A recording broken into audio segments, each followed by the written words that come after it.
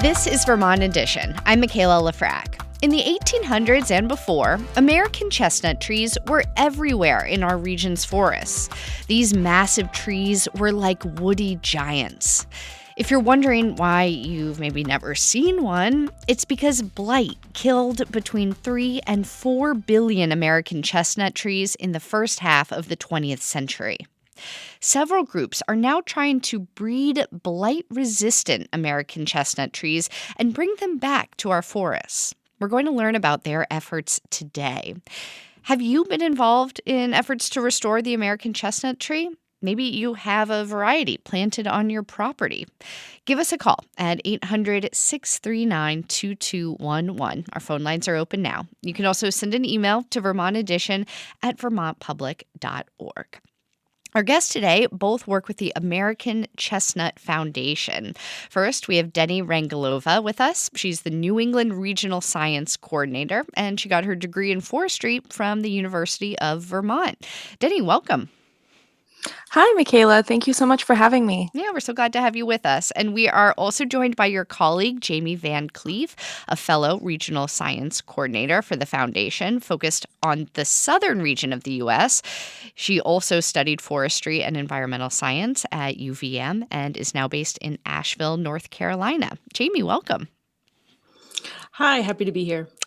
So first, in case our listeners cannot picture an American chestnut tree, and I knew I couldn't before I started researching this show, because I've actually never seen one in the flesh or in the wood. Denny, can you explain what an American chestnut tree looks like? How can you identify them? Sure. So I'll start with the leaves. They are pretty long and pointy, and they have wave-like serrations on them, which is how we use it's how we differentiate the American chestnut from the Chinese chestnut largely. But if you find them in the wild, that would be their most identifying factor because they're usually pretty small. Hmm. Um, And they have nuts, right? Can you eat them? Yes, you can. They are very edible. Most of the chestnuts that you see in a grocery store will be European chestnuts. So they're pretty big and meaty. American chestnuts are about a third to half of the size of those, and they generally tend to be a little bit sweeter, but you won't find those for sale anywhere. And if you find them in the wild, consider yourself very lucky. And we'll get to why in just a moment. Jamie, how common did American chestnut trees used to be? Well, as you mentioned, there was an estimated population of about 3 to 4 billion. And again, that's billion with a B, American chestnuts in the East Coast. The range extended from the southern part of Canada all the way to the northern part of Florida. Um, they love the mountains, so they really were focused more on the Appalachian Range. And in good territory, it was 1 in 4 trees were American chestnuts. Wow, one in So four. That's incredible. yeah. I mean, it is why to this day there's such lore and love for the American chestnut is because it was really so important to the East Coast and the beginnings of America. Mm. So they not only provide habitat in our forests, they also are good for timber, as I understand it. Is that right, Jamie? Correct. They actually got the nickname of the tree from cradle to casket Ooh. because the wood was everywhere. It was abundant. It was rot resistant. Has a really nice straight grain, and it was used in fine furniture making for your casket, what you were laid to rest in. It was used in your cradle, but then it was made used for railroad ties, houses, and everything in between. Wow. Catchy, but slightly morbid tagline. I like it. All right. So then this blight hits. And wow, was this an epic issue for the American chestnut tree. Denny, what happened? What is blight exactly? Yeah, so blight is a fungus. Its scientific name is Cryphonectria parasitica. And I think that's very fitting because it is very parasitic. So it got introduced to North America in the late 1800s, and we discovered it in not we as TACF. We didn't exist back then, but it was discovered in 1904 because it started wiping away all of the trees. And over a few decades, it spread throughout the entire native region of the American chestnut. So it does this by living in the cambium layer of the tree. And as it produces oxalic acid, which is what ultimately girdles the tree and prevents it from transporting nutrients up and down the stem. Forgive me, what's the cambium layer? Very good question. You're testing my forestry skills. So, the cambium layer is the layer of the tree right in between the bark and the wood part Oh, okay. of the tree. Okay, so it's in the trunk of the tree. It's weaseled its way in there. And how long does it take for a tree to get sick and die? Well, it kind of depends on the size of the tree, but usually about a year or two only. The blight spreads pretty quickly in pure American chestnuts. Hmm. And Jamie, had we ever seen anything like this before? A blight hitting a species and completely wiping it out over the course of a couple decades? Unfortunately, we're starting to see it more and more now. I Yeah. mean, chestnut is not the only thing under attack on the East Coast. We have our wonderful hemlocks suffering from Woollia deligid. We have our ashes with emerald ash borer. I mean, I could keep going on. Our beech trees are under attack. But at the time, it was known as the greatest ecological disaster, one of the greatest ecological disasters in the world, because again, we lost an estimated 4 billion trees. It was pretty remarkable. So how did forests look different once these massive trees started to get sick and die and fall? There are some incredible photos from back in the day, and if folks are interested, I'd highly recommend just a quick Google search. In areas that were dominated by chestnuts, I mean, it looks like a graveyard. There are some pictures from areas like Shenandoah National Park in Virginia, and I mean, there are just standing dead stems for as far as you can see. It was pretty incredible loss. Over time, of course, the forest has been able to refill some of these gaps, but with different species that may or may not be providing the same ecological services. Hmm. Well, if you have questions about the American chestnut tree, or perhaps you've studied it and know something yourself about forestry, call in and join the conversation. Our number is 800-639-2211. You can also email your thoughts or questions, or maybe a photo of a chestnut tree that you have in your backyard, to vermontedition@vermontpublic.org. And Jamie, I believe it was, you were listing off some of the other diseases that affect trees. Last month, my colleague Howard Weiss-Tisman reported that scientists here believe that beech leaf disease, which you mentioned, is going to spread through Vermont this summer. In 2023, it was only in 2 towns, but by last year, it had spread to 43, and they think it could kill every beech tree in the state over the next few decades. Now, Denny, are you two involved in research that is specifically focused on supporting the American chestnut tree, or is some of what you're working on, which we're going to get to in just a moment, could that also support some of these other trees that are at risk? Yeah, so we actually don't work with the other trees, but I know that a lot of other foresters have kind of looked to the story of the American chestnut Hmm. as kind of a playbook for maybe how to approach these other diseases because they're relatively newer. And yeah, you've all have started to see some real success in that work. So let's dive into that a little bit. Jamie, we'll start with you since you're there at the headquarters of the foundation in North Carolina. Let's talk about resistance to blight. How do you start developing trees to resist these diseases? There is a number of different approaches, but I mean, the real first thing we need to tackle is figuring out what will provide resistance to the American chestnut. Can we find a similar species that is resistant, which in this case we are able to with the Chinese chestnut? There are both the Chinese and Japanese chestnut that actually co-evolved with Kyphronectria parasitica in Eastern Asia for thousands and thousands of years and actually have the genes for blight resistance in their genome, and then taking a look at potentially hybridizing those trees. So that is what our foundation has now been doing for about 40 years. It is taking a susceptible tree, which is the American chestnut, and then breeding it with a Chinese chestnut, which is resistant, and then back crossing, which involves, basically taking the American times the Chinese, getting a 50-50 split, and then taking that hybrid and then crossing it again with an American tree. So it is mostly American, but ideally still has those genes for blight resistance. On top of that, our foundation is also looking at external sources of genes for resistance, which might include the biotech realm, looking at transgenics or cisgenics options.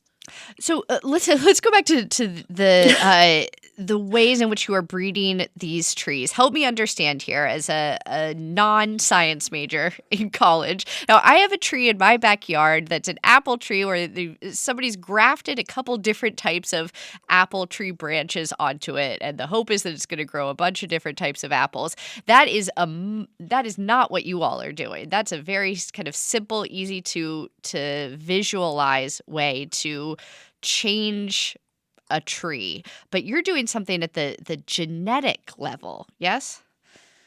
I mean, we also are. I mean, to do hybridization, we do need to do some hand-on breeding, which is where we take the female flower from one chestnut and we actually cross it with the male partner of another chestnut. If you ever want to appreciate bees, my goodness, come out and help us pollinate a tree. It's an incredible, a volunteer event. Wow. What is that like? Typically we'll find the male flowers, which are these long catkins about 6 inches in length.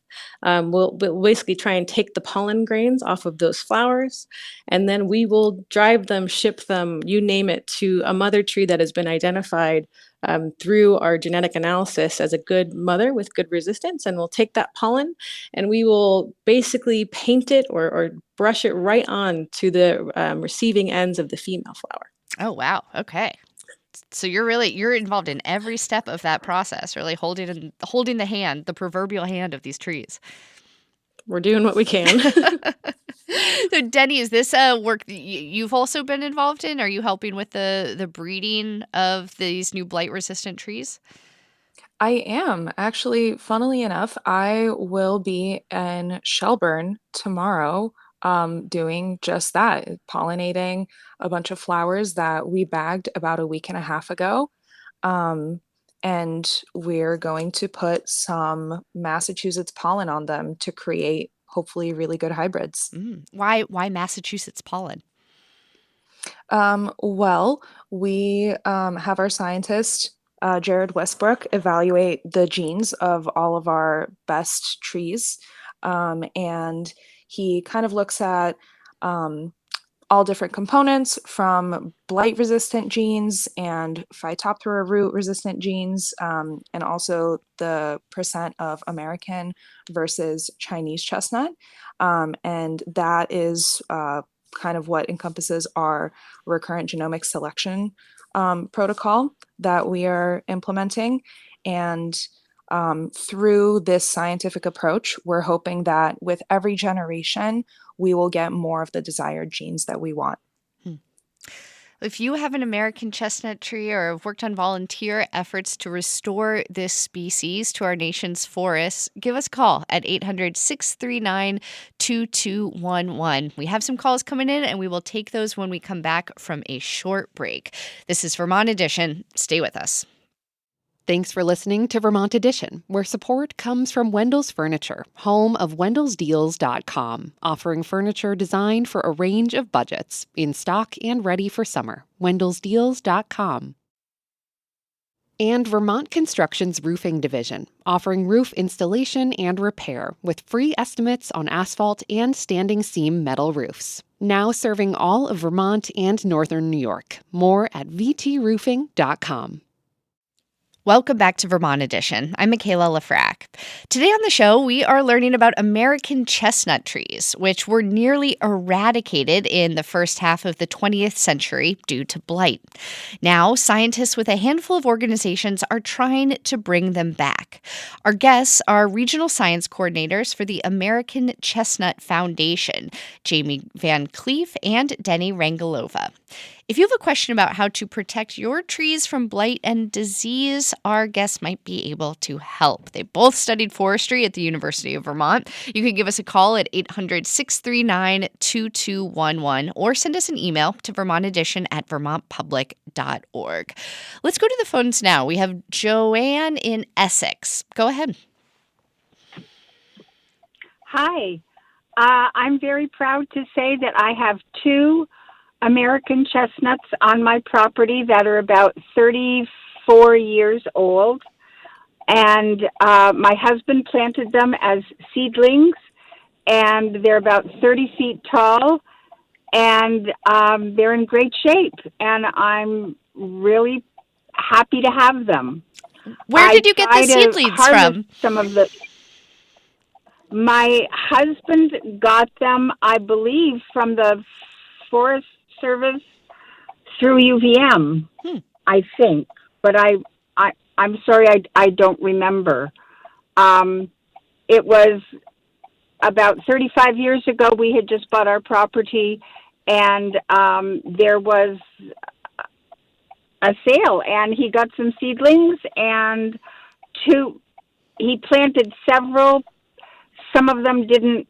Some of them died, but I have two that are amazing, and they've been very healthy, and so I would be more than happy or interested if any of your guests would like to either come out and take a look at them, or I don't know, get some information from them. Well, Joanne, thank you so much for that offer. And Denny, I'm curious to hear, what do you do when you hear stories like this of someone who's successfully nurturing American chestnuts? So I'm so glad that you asked, and thank you so much for calling in, Joanne. So the best thing to do would be to go on our website, tacf.org, and we have a section of our website under the Engage tab called I Found a Tree, and there it has instructions and information for how you can get your tree ID'd by us. In this case, since you're in Vermont, that would be me. So we ask our volunteers or whoever to send in a pressed leaf sample, and there's instructions for that. And then I will carefully look at a lot of different attributes of that leaf under a microscope and confirm whether or not it is an American or a Chinese or a mix or even a European. We get all kinds of leaf samples sent in. Well, thank you, Joanne, for calling in. Let's go next to Elaine in East Charleston. Elaine, go ahead. Hi, my question is, as a home gardener, if we would like to plant one of these disease-resistant American chestnuts, are there seedlings for sale? Thank you. Jamie? Yeah, great question. And we love to hear it. We love the enthusiasm so much. If you want to plant some of our intermediately blight resistant trees, we encourage people to sign up to become a member. If you're a member, you can choose kind of a seed level membership where we send some of our material from our research farm in Meadowview, Virginia.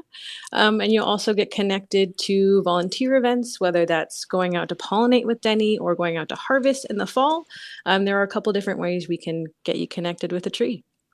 Great. Denny, is that something that you get asked about up here in the northern part of the U.S. in your region, people hoping to plant these trees too? Honestly, I really wish that more people would ask about that. I think that not enough people know about the incredible story of the American chestnut. So if you are at all curious, we will not mandate any kind of commitment from you, but join us for any kind of event, whether that's planting or inoculation, pollination, nut collecting. Our work really relies on our volunteers to help us with this mission, and we are really grateful anytime that anyone wants to help. Well, let's talk more about volunteer opportunities in just a moment. First, I want to get to Mike in Heartland, who's calling in. Mike, go ahead. Yeah, hello. Yeah, my question is, I have two 15-year-old, well, probably I planted them 15 years ago, and the trees matured to the point where they're bearing nuts, and I retrieved nuts last year. They've germinated, but that tree, unfortunately, had the blight at the time and died. I was wondering, should I try to dispose of the old tree because I'm afraid of spreading spores or something? What do you suggest? Thank you, Mike. Jamie, we'll go to you first with that one. So I just want to make sure that I'm understanding the question. Sure. So the tree is now passed away and is kind of now a dead standing snag. Is that correct? That's correct, with new growth coming off the base. And its partner, because I understand it's best if you have two trees for better nut generation. But the one tree is totally well. The other tree is blighted but trying to spring back. My thought was the one that's blighted and trying to spring back, I thought I might get rid of it, but I really didn't want to disturb things and perhaps do something that would jeopardize the health of the healthy tree. Yeah, you want to get all the information you need before you act. Jamie, what do you think? No, that's a great question. If you have a standing stem at the moment that is kind of that orangey color, which is really indicative of Synonymy or the chestnut blight, you are welcome to take that out. We sometimes call those blight sticks because they're going to continue to produce some spores and spread them around. But once the tree is fully dead or that limb, it's not really at risk of producing more spores. And just as a kind of a reminder to folks is that at this point, this chestnut blight, it's now endemic to the East Coast of the United States. So it is everywhere. It's in the air. It's spread around on our oaks and other trees. So while we can do the best things we can to prevent additional spores, there is still spores kind of all around us. So I would recommend, if there is, again, that nice orange blight stick, to take that out, but let the tree resprout. Chestnut trees love to resprout, and they will grow incredibly quickly once a root ball has been established. Denny, anything else to add there for Mike's question? Yeah, I would second that. I know that in our orchards, we typically burn the blight sticks. You do need a burn permit, so be careful with that. But that's typically the best way to get rid of any live colonies if you're concerned about that. Well, thank you, Mike, for calling in. We have another Mike on the line who's in Windsor. Go ahead. Hi. I wanted to say that your story of the American chestnut blight and the introduction of it highlights the great importance of the people who do the inspection to prevent the introduction of invasive plants and animals like APHIS, like Animal Plant Health Inspection Service, and the unfortunate, ironic ignorance of how our federal government is cutting funding of a lot of regulatory agencies and thinking that it won't have an effect. And the American chestnut is a great example of what happens when you don't detect something. And so it's a sad irony. On the positive side, I wanted to say that there's a great group of volunteers in Windsor and Heartland who have created an American chestnut orchard on state property in Windsor, and they're a dedicated group, and I think it's going well. I heard about that mistake with the genetic people, and there was some kind of error that set the research back. I don't know if you talked about that or if you want to talk about it, but there's a great group of people in Windsor who have a chestnut orchard growing on the Windsor grasslands. And Mike, thank you so much. There's a lot in there, and I want to make sure our guests can respond to all of it. First, Denny, are you familiar with this chestnut orchard that Mike is referencing there in Windsor?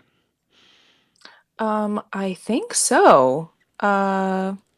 Yeah, I'm looking through our database right now. Yeah, it looks like it's titled Windsor Grasslands, and that is GCO type of orchard, which stands for Genetic Conservation Orchard. So that is where we put American chestnut trees that we gather from all over your region. So in this case, it would be Vermont and New Hampshire. And we do that specifically to preserve the germplasm because genetic diversity is a huge focus of what we do as well. Well, thanks for telling us about that, Mike, and highlighting the orchard that you all have been taking care of there. You also brought up a mistake in the breeding process. That's something I'm not familiar with. Jamie, is that something you know about? Yeah, I believe he's insinuating or referencing one of our partners or previous partners with the in New York. It's SUNY ESF has been working towards creating a transgenic chestnut, and due to some labeling errors, unfortunately, the wrong insert was kind of bred with for a couple of years. So there was a little bit of an error, but again, that's not directly related to the American Chestnut Foundation, but with the folks over at SUNY ESF. So what was the result of that breeding error? What happened? Were they just trees that weren't able to actually resist blight? What ended up happening, instead of basically inserting the gene, which is oxalic oxalate, which actually neutralizes oxalic acid, the gene was supposed to be inserted into a non-coding region of the genome. That's a part of the genome where genes responsible for everything you can imagine aren't being actively used. But instead, the one that was used was actually inserted right into a SAL1 gene, a single copy gene that is responsible for things like drought resistance and other tolerance. So the trees were that we were using and that we were seeing were having some issues with resistance and growth penalties and a couple things like that. I see. Well, thank you for bringing up those issues, Mike, and also for highlighting the importance of funding organizations that are working to restore and preserve our natural environment. Denny, I'm curious if the American Chestnut Foundation is affected by any of the federal funding cuts that we have been hearing about in the last couple of months. It's been a topic of near constant conversation here on Vermont Edition. Yeah, so since since Jamie is at the national office and she actually oversees the rest of our science coordinators, I'm gonna transfer this one over to Yeah, her. let's pass it over. Jamie, are you aware of any funding effects from the federal government? Yeah, I mean, I think the big thing is actually the loss of partners. We have been working with the Forest Service for since our beginning, since 40 something years ago. We work with foresters out in our park. We work with the Park Service. We work with the National Forest. We work with amazing geneticists in the research stations, both the north and the southern. And we have been seeing a loss in those partnerships. A lot of them have taken deferred resignation or are also just being let go. And so that loss is really being felt. In terms of funding, we have a diverse array of funding for our efforts, but that loss of partnership, of that knowledge, of that expertise, it's going to be incredibly hard to replace. Well, thank you for explaining that one there. Well, I want to be sure that we highlight some opportunities for our listeners to get involved in your work if they're so interested. Denny, you had brought up the need for volunteers in the Northeast region, including right here in Vermont. What are some upcoming ways that people can get involved? Thank you so much for asking. If you go to our website, there is a volunteer section, and you can fill in your contact information. You can also see a calendar with upcoming opportunities. There aren't currently any upcoming opportunities in Vermont, but if you fill in the contact information and get involved with your local chapter, they will be able to keep you posted for anything upcoming. this year and next year for that season as well. Are there opportunities that you are aware of, Jamie, that are perhaps for folks who are listening but are outside our northeastern region, ways that people could get involved or support your work even remotely? Totally. I mean, we tend to attract a lot of people who want to get their hands dirty and help us plant and pollinate, as Denny was mentioning, and that is so fantastic. And again, I'd encourage folks to look at that calendar. But if you are based remotely, we always need help. There's so many different ways to get involved. We love outreach in terms of helping us with social media. If you are organized and want to help write articles for our magazine or news updates, we will take help in a lot of different forms. So we would really encourage you to reach out. We got an email just now from Rob in Johnson who says, I joined the American Chestnut Association last fall. I got 10 seeds and planted them this spring. 9 have sprouted up, and it's been a blast to watch them grow. You should also check out the Johnson Arboretum. It's pretty cool, Rob says. And Greg in Thetford Hill sent us a couple photos of his American chestnut Asian hybrid. He got it from Syracuse University, and it's now more than 25 feet tall and appears healthy, but its nuts are never pollinated. Never not pollinated. It needs a companion, he writes. I would love to plant a GMO American chestnut if I could, he writes. Denny, are you familiar with what Greg is asking for there? And is there a way that he can get his hands on that type of a chestnut tree? Yeah, so he's correct that you do need a partner because they do not self-pollinate. So you can either get a pure American chestnut, a Chinese chestnut will also pollinate it, or a hybrid. As far as seeking a GMO tree, so we do not currently give those out or do a lot of that work. And also, that requires a special permit from APHIS. And so, I definitely would not recommend that for your average backyard grower. I would say try to obtain another American one, whether that's through us or other means. And they will pollinate themselves after a few years, hopefully. Well, good luck with pollination, Greg. Let's take one last caller here. Jerry is in Johnson. Jerry, go ahead. Hi, Michaela. When I was growing up in Pennsylvania, we had a huge chestnut tree in our backyard. We used to eat the chestnuts that fell from the tree, and they were about the size of walnuts. Wow. And it was just huge, probably about 50 feet high. It must have had a diameter of between 24 inches or even bigger. It was huge. And I remember having flowers, but like I said, I'm 80 years old, and this is back when I was about 10 years old. And then a little bit later, it had to be cut down. I don't know why, but we moved. But I just wanted to say that, and I wished I could get a couple. I'd plant them where I am now. Well, Jerry, it sounds like there is an opportunity to plant some American chestnut trees. And thank you so much for helping us remember that one from your childhood. Jamie, I imagine the majesty of these trees, as Jerry's describing it, is one of the reasons why you care so much about this particular species. Absolutely. I mean, they really pulled on the heartstring of so many people because they had so many different uses. They were able to feed our wildlife and of course, our people. We were able to use the timber for, I mentioned earlier, everything in between. They also produced a bunch of tannins for tannin factories up and down the East Coast. The uses of American chestnut was pretty amazing. I mean, back in the day, people would just send their wildlife out and get free fodder from all of the food that was dropping from the forest or from the sky. It really is incredible. You can see, poems and paintings, and of course, we have the Christmas song. The chestnut meant so much to so many people. I loved hearing that story. Denny, what does the chestnut tree mean to you? Wow. I could spend a lot of time answering that question.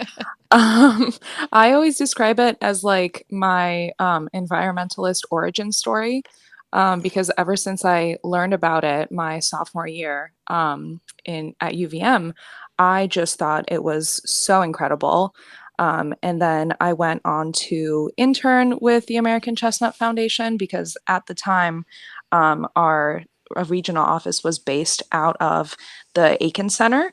And we were getting our office through the Forest Service over on Spear Street, if you're familiar with that. Yes. And so I spent 3 years working there, and I held a variety of different roles before finally stepping into this position. But um, I just think it's incredible that this tree has still persisted throughout this whole time. I mean, it has been functionally extinct for decades, and yet they're still around. And their incredible root systems allow us to do this work, to try to keep them going and to revive them back to the landscape. And it definitely gives me hope in times like these when the environment could use a little bit of hope. Denny Rangelova is a regional science coordinator for the American Chestnut Foundation. They have some upcoming volunteer opportunities in Vermont that you can learn about at their website. Denny, thank you so much for joining us today. Thank you so much, Michaela. Thank you for having us. We are also joined by Jamie Van Cleef, another regional science coordinator for the American Chestnut Foundation based down in North Carolina. Jamie, thank you as well. Thank you. Well, we have to take one more quick break here, but we are not done talking about big trees. Coming up, we are going to find out where Vermont's tallest, widest, overall biggest trees are growing. That's in just a minute. Stay with us. Welcome back to Vermont Edition. I'm Michaela Lafrac. Vermont is home to some truly massive trees. Thanks to a revitalized effort from the Vermont Urban and Community Forestry Program, we now have a better way of tracking just how big they are. The Vermont Big Tree Program is a statewide effort to identify, measure, and record the largest trees in Vermont. Its goal is to raise awareness about the ecological importance of these big trees. Gwen Kozlowski is the Vermont Big Tree Program's Outreach and Education Coordinator. She joins us now to share how it all works and why these majestic trees matter. Gwen, welcome. Thanks so much for having me. And listeners, if you have a very, very big tree in your yard and can describe it for us, help us feel its majesty, call in at 800-639-2211. So, Gwen, how exactly does the Big Tree Program work? Does somebody just reach out and say, I've seen a big tree, and you go out and measure it? Yeah, absolutely. A picture will help for sure. But if you can't put your arms around it, that's a good start, I'd like to say. But simply put, the Big Tree Program keeps track of the biggest trees here in Vermont. It's a fun list that captures those measurements, photos, and locations of our biggest trees. But really, it's so much more than that because these big trees are such a focal point for community members. They help tell stories. We've talked with people who have big trees that have been watched by families for 60 years. So that's many generations, and they become part of those celebrations and those moments in their family. So in a way, yes, it captures the big trees, but it also captures the stories. And that's kind of where the people and forest connection comes in. Well, that is another great prompt for our listeners, too. I would love to hear if there is a tree in your neighborhood or maybe the forest near where you grew up that had a really special meaning for you and your family. Again, our number is 800-639-2211. So this program has been around since the early 70s, but it kind of went dormant for a while there in the 2000s and then was revived just a few years ago. What led to that revival? People love big trees. It's one of those things that it kind of falls low to the priority list sometimes because we've got so many other priorities in trying to manage and take care of trees. But what we found the importance of this program is that spark in the connection with people and trees. So urban and community forestry is in this nexus between people and trees. And this big tree program kind of sparks that. So a big tree might be the element that gets somebody excited about forestry to help open the doors to learning more about forest and ecology and management. And it's just that spark. So we really see the importance of it as a gateway in understanding urban and community forests in general, and just learning more about the environment around us. So when you started working with the program a couple of years ago, I hear you found and nominated around 80 trees. So that spark definitely exists for you, yes? Absolutely. It was actually, we had an old list and I helped refine 80 of those trees. So they weren't my personal nominations. Okay. But yeah, we had a list of 145 that I went out and I personally remeasured about 80 of those with trying to track down old county forester notes that are written in paper form and directions and trying to find the current landowners for permission. So now we have about 90 trees on our list right now.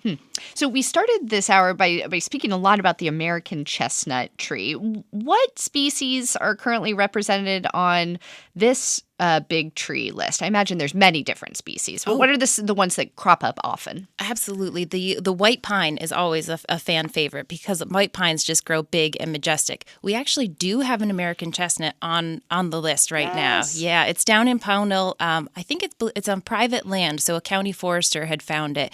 Really majestic tree that's just sitting on a cliff overlooking this beautiful landscape down in Pownell. But of course, the sugar maples are one of the top favorites. But we have everything from some smaller non-native species, but are planted like a paperbark maple, to small species like the alternate leaf dogwood, to our sugar maples and Scotch pines. We have, everything on there that you could be interested in. And we're always looking for more interesting and unique species as well. And I have to say, I was looking at the searchable map that you all have on your website before today's show, and there was something really, really peaceful about clicking all the little trees on the map and seeing a picture of them and where they are. Even, mediated through a computer screen, it kind of calmed my heart rate a little bit. I love to hear that because that was one of the reasons why we did try to upgrade the website, is that a lot of these trees, we just had a spreadsheet before that had the measurements and the last date that it was collected. So now with this integrated website, there's images, because a lot of the trees are actually on private property. So having those photos available for others to be able to see their majesty and connect with them and maybe measure up and see if their tree might even be close is really helpful. Well, we have a caller calling in from Enosburg. Tim is on the line with us. Tim, go ahead. Sure. I grew up on a farm, and on the farm, there was a couple of large oaks, and a little bit later in life, I'd been there with some other people, and 5 of us couldn't reach all the way around it. Wow. That's amazing. Do you know if it's still there? I haven't been there real recently, but it was. That's Civil War tree anyhow. Wow. Tim, thanks so much for calling in and telling us about it. You just made our guest, Gwen Kozlowski's eyes light up. Gwen, what do you do now with this information? Tim, give me a call. But yeah, that's what I love to hear. When you can't fit multiple people around a tree, that's a big tree. And we like to, one of the special things about our list is that we try and measure single stem trees. And that is where there's one single trunk of a tree. And sometimes we get excited because there's, when I talk about a multi-trunk tree, it might have been like a tree that split young, or 2 trees growing up together and they're competing for resources and they grow really tight together. So they're competing for that light and space. So sometimes the big trees, they're actually multiple stems, and we try to stick to just one single stem on our list, which makes these trees even more impressive. And you all have, there's a formula, right, that you use? There is a formula. So the Big Tree Points measurement system actually uses 3 separate measurements. So there's the circumference, which is taken in inches, and that's measured at 4.5 feet above the ground. Then there's the height measured in feet, and that's from the ground to the highest branch. And then the crown spread, which is essentially a cross-section measurement of the canopy. So we kind of make an X through the canopy, and you take the average of that, plus the circumference and the height. Oh, it's 1/4 of the crown spread, plus the height, plus the circumference, and you've got Big Tree Points. How do you measure that? Do you get a crane, or do you have a giant ruler? What do you do? Well, the American Forest has a great guideline that's like an 80-page guideline of books, so sometimes they take the fun out of it, honestly. But we've got some great tools. I've got a laser rangefinder that is able to calculate the height no matter how far away I am, so it gives a much more accurate measurement. And then I've got tape measures that I kind of wander through. Sometimes these trees are located in understory, so I'm just pushing my way through branches and brush to get to the other side. But yeah, so we've got plenty of tools to help measure. Wow, that sounds like such a fun part of the job. It really is. Is there a certain part of the state where there are more big trees, perhaps because of the forest makeup, or that there has been more conservation efforts there? Or is that hard to know because you're just kind of basing this off of people writing in and saying, hey, I see a big tree and I know about your program and here it is? It is hard to know because we actually, if you look at our map, we have tree species from the Northeast Kingdom down to Bennington. Yeah. So I think it's a little bit luck on how those trees, if they have the right conditions for growing, that can really take off. The red oak that we have listed, it's majestic. I mean, that's one where you can't put 5 people around. Yeah. And that is in a totally forested understory that's all young forest, and then all of a sudden you come across the top of this hill and there's this huge red oak out of nowhere, and I think it's just by luck that guy got to last as long as he has. Okay, so yeah, let's talk about some of these threats to big trees. Why should we be focused on conserving them? What purpose do they serve, and what are some of those threats? Sure. Well, climate change is one of those things that is going to change so many different elements of our ecology and our environment. So managing big trees is a way to, big trees provide all the services that all the trees provide, but in a much bigger quantity. So being able to maintain those big trees on our landscape is really essential in trying to preserve our resilient forests.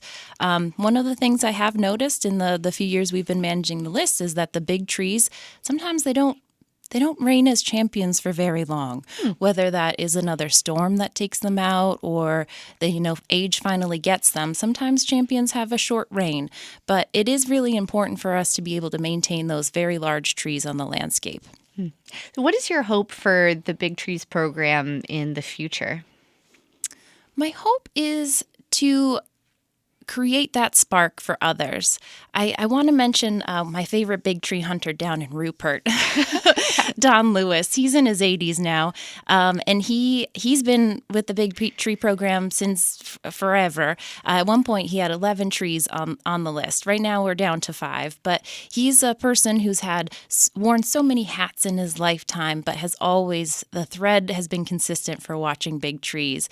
And the spark that he has, the passion, the phone calls that I get from him about his love for big trees, it's such a wonderful way to be able to connect with people in the landscape. So my hope is for that to just continue. Yeah. Do you ever get kids calling in or submitting trees? Not really. Typically, it's the older generation who's been watching those trees for 60 years. Don down in Rupert, actually, we refound a ponderosa pine that he had potentially planted when he was in middle school way back in the 50s. Wow. It was a really special day. We talked about his whole life story, and then we refound this tree after many years, and it was just such a remarkable meeting of friends. Wow. That's amazing. Well, I brought up kids because I was thinking as you spoke, this would be a great thing to do with my kid during the summer, to go hiking around and trying to find the biggest tree that we can. A lot of local libraries some towns have their own big tree hunting contests, and that is a really great way to get families involved. So I've had several communities reach out and do some more localized contests, and then sometimes that'll be like the funniest tree or the whatever kind of different categories that they have, and that's a really fun way to engage a younger generation. That's great. Okay, well, some very good ideas for the summer and getting outdoors. Gwen Kozlowski is the Vermont Big Tree Program's Outreach and Education Coordinator. Gwen, thank you so much for telling us about your work. Thank you. It's clear you have a real passion for it. It's fun to hear about. All right, well, that is all the time that we have for today. As always, you can weigh in on this show. Keep sending us your big tree photos or pitch us your own ideas by emailing vermontedition@vermontpublic.org. We know many of you are nature lovers, and if there is a particular species or aspect of conservation, perhaps, that you're passionate about and would like to hear a full hour of radio on, you can always email us. You can also find Vermont Public on Instagram. Today's show was directed by Aaliyah Papes. John Ahrens is our managing producer. Our producers are Andrea Lorian and Daniela Fierro, and our intern is Callie Knuxerl. Today's call screener was John Ahrens, and our theme music is by Myra Flynn. I'm Michaela Lafrac. Thank you so much for listening, and we will catch up again soon.